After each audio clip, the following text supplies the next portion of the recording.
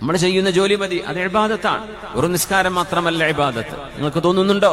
ഒരു ഡ്രൈവ് ചെയ്യുന്ന മനുഷ്യൻ, ബസ് ഓടിക്കുന്ന ഒരാൾ, ട്രക്ക് ഓടിക്കുന്ന ഒരാൾ, ആ മനുഷ്യൻ വളയം പിടിച്ച് ബ്രേക്ക് ചവിട്ടി അയാൾ ഓടിക്കുന്ന കണ്ണിൽ എണ്ണയൊഴിച്ച് എന്നൊക്കെ പറയില്ലേ, ഉറക്കൊഴിച്ച് ഓടിക്കുന്ന യാത്രകൾ, ഉറക്കൊഴിക്കാതെ ഓടിക്കുന്നത്, ഇതൊക്കെ അവർക്കും ഇബാദത്താക്കി മാറ്റാൻ കഴിയും. എന്റെ കുടുംബത്തെ പുലർത്താൻ, അവരെ പോറ്റി വളർത്താൻ, അവർക്ക് സംരക്ഷണം നൽകാൻ, പടച്ചവനെ ആരോടും യാചിക്കാതിരിക്കാൻ ഞാൻ അധ്വാനിക്കുകയാണ് റബ്ബേ. എന്റെ കാലിന് വേദനയുണ്ട്, ബ്രേക്ക് ചവിട്ടിയിട്ട് ഇരുന്നിട്ട് ബാക്ക് പെയിൻ വരുന്നുണ്ട്, പൈൽസിന്റെ അസുഖം വരുന്നവരുണ്ടാകാം, ഷോൾഡർ പെയിൻ വരുന്നുണ്ടാകും വളയം പിടിച്ചിട്ട്. അങ്ങനെയൊക്കെ ആണെങ്കിലും പടച്ചവനെ ഞാൻ ആരോടും യാചിക്കുന്നില്ലല്ലോ റബ്ബേ.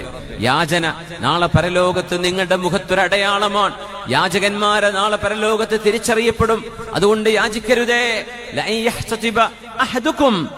നിങ്ങളിൽ ഓരോരുത്തരും ഒരു കെട്ട് വിറക് ചുമലിൽ കൊണ്ടുവന്ന മദീനയുടെ അങ്ങാടിയിൽ കൊണ്ടുപോയി വിൽക്കലാണ്. ജനങ്ങളുടെ മുമ്പിൽ കൈനീട്ടുന്നതിനേക്കാളും നിങ്ങൾക്ക് നല്ലതെന്ന് നബിയുനാ റസൂലുള്ളാഹി സ്വല്ലല്ലാഹു അലൈഹി വസല്ലം